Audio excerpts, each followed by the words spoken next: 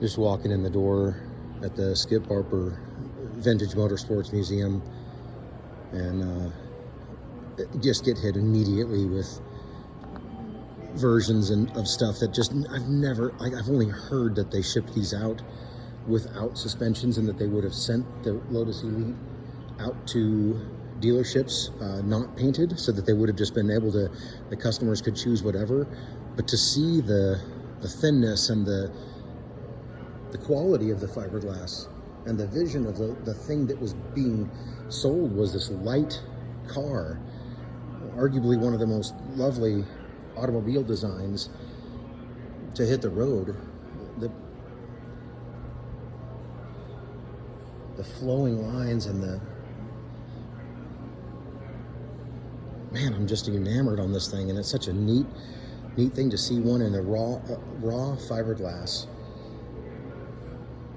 And then we come around the corner, and the history of Lotus is unraveled before our eyes. We see the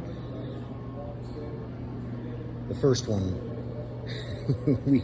we see the history of it being flogged. It's neat to see the transition of coachwork into the further series. And as we come down here to I'm gobsmacked. This place is absolutely incredible. And we've just walked in the door. This is the first corner. I mean, not to mention the toys, like, not to mention the selection, the display here. I can't recommend this place enough. Anybody in the South wanting to do something motorsports oriented, you can't beat this museum. $22 entry fee, long hours, tours given, docents are on every floor, ready to answer questions. It's certainly not a hands-on museum. You clearly can't touch stuff, but this is as close as a person could hope for.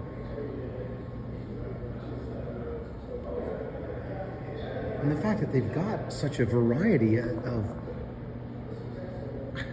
just like staggering here. Life-size model of an 11 for your building pleasure. And an 11 that's been converted for a closed top racing with this gull-wing situation here. It's just impressive. And the details as you get to look in here, the tininess, the simplicity of all of this. But of course, what gentleman would go racing without an ashtray? How dare you? How would you possibly go racing without an ashtray? These are all Series 1 Lotus 11s, as my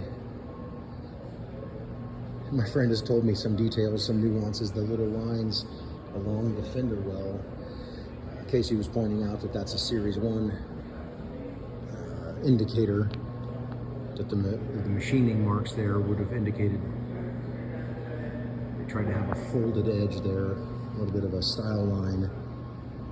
And this one here too.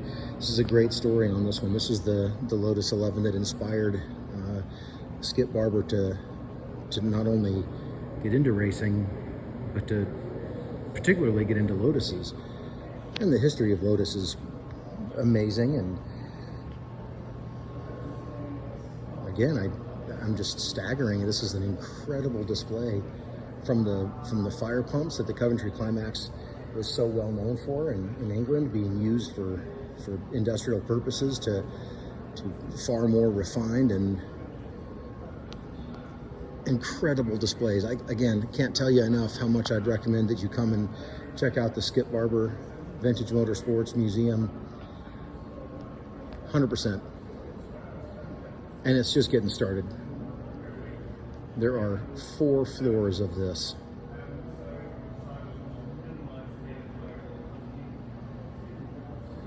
Glad to have you guys along. Thanks for following.